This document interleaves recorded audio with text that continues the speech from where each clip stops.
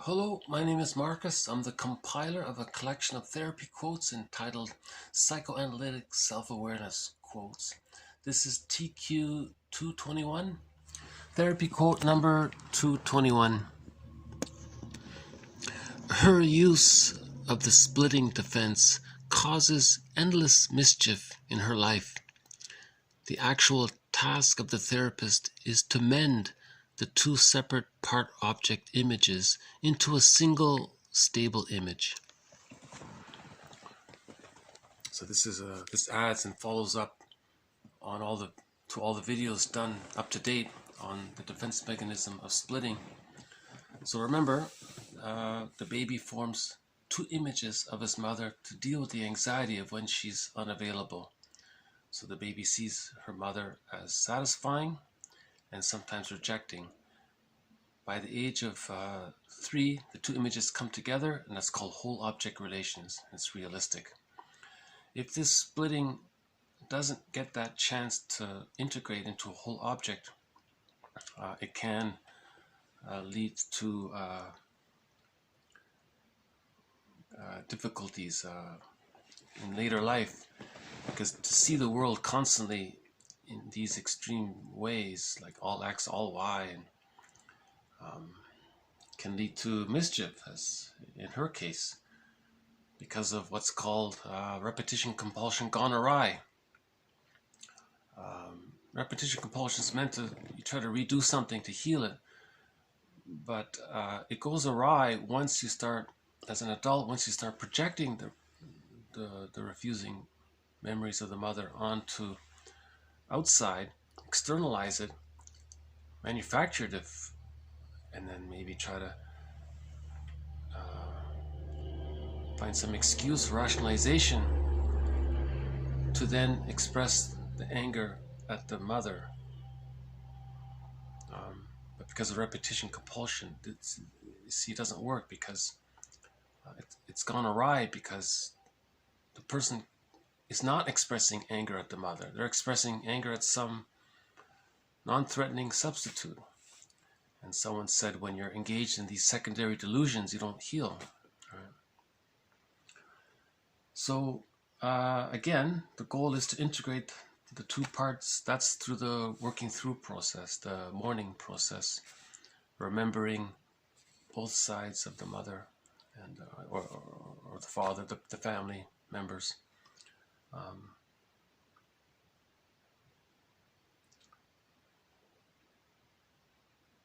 To assimilate the memories, to understand the parents, to recognize their humanity.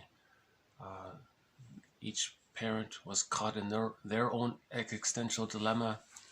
They could have had prenatal trauma, birth trauma, situational trauma, intergenerational trauma, trauma with siblings, trauma in their environment, trauma at school shock, at the dentist, with the doctor.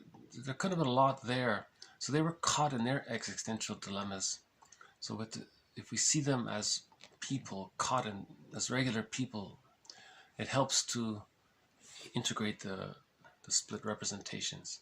See, from the baby's point of view, these split representations have stronger images, but that's not reality, right?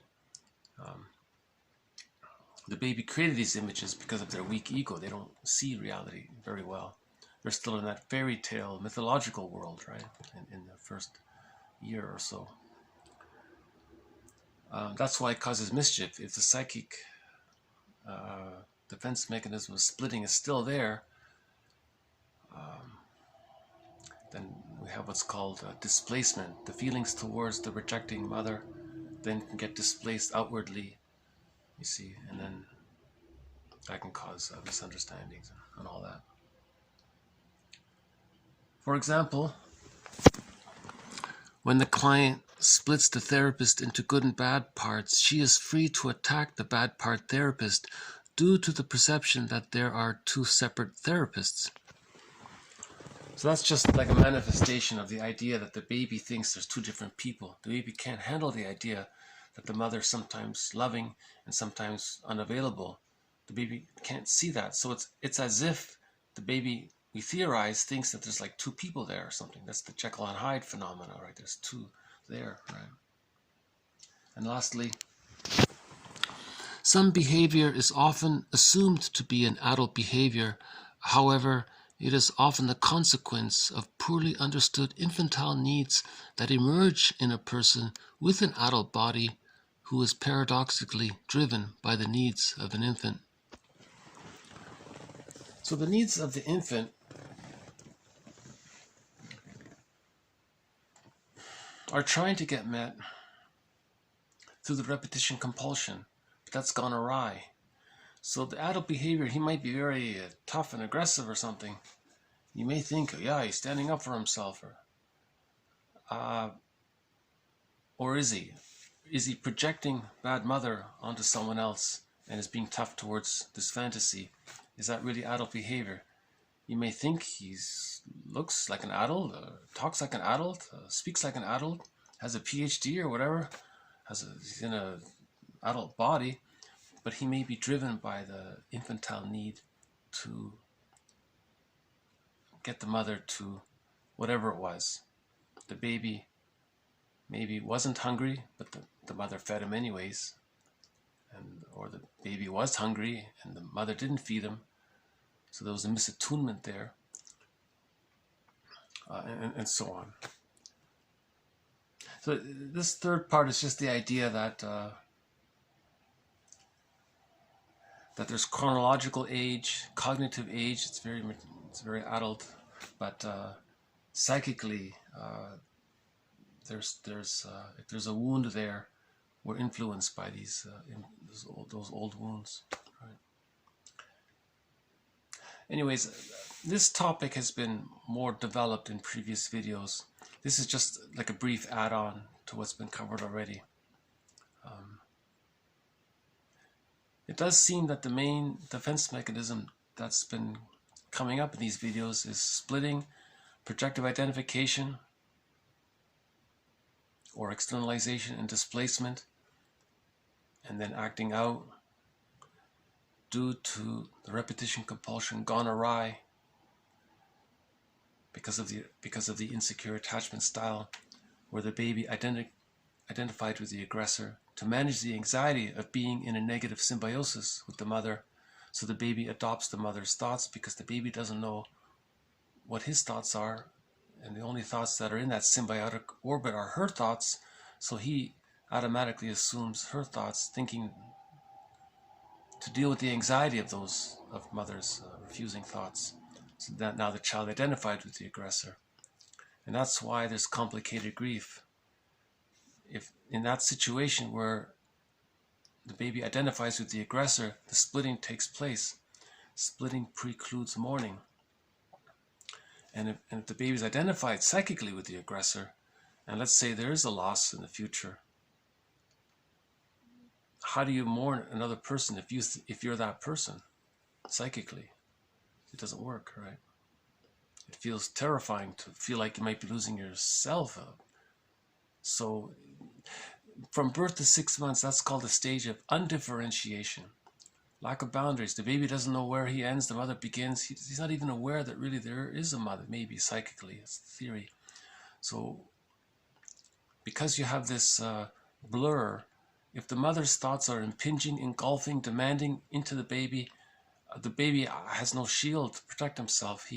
How does he cope with that? He just identifies with the aggressor, and that's the narcissistic pattern. You see, that's in a nutshell. That's the narcissistic pattern. You don't see people with a narcissistic pattern mourning. You don't mourn. Do they express gratitude, regret, empathy? See, all those human or more human qualities come from the psychological birth, right? One book is called The Human Side of Being Human. That's the whole object relations, right? Versus the infantile side of being human, right? That's the trauma from the insecure attachment style.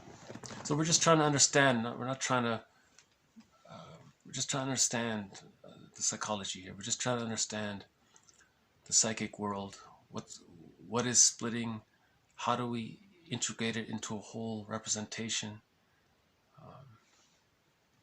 especially when the split is quite severe.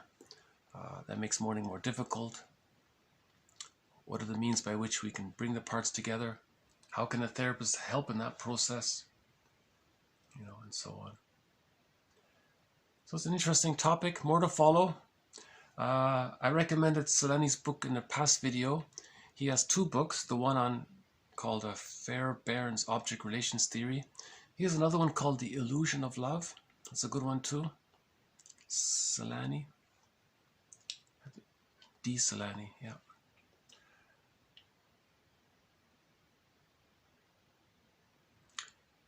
Yeah, so sometimes you think someone's acting like an adult, but really they're just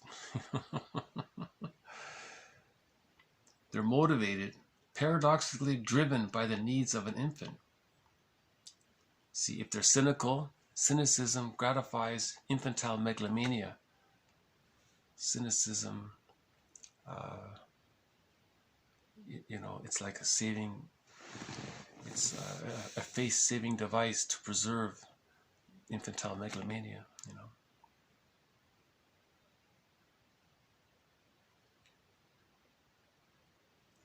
Yeah. Okay. You know, these videos, they're like parts, and sometimes there's threads to other videos. So it's always hard to try to summarize the whole thing in one video. I think that's why, you know, I think the most value a person can get from this series is maybe to follow it,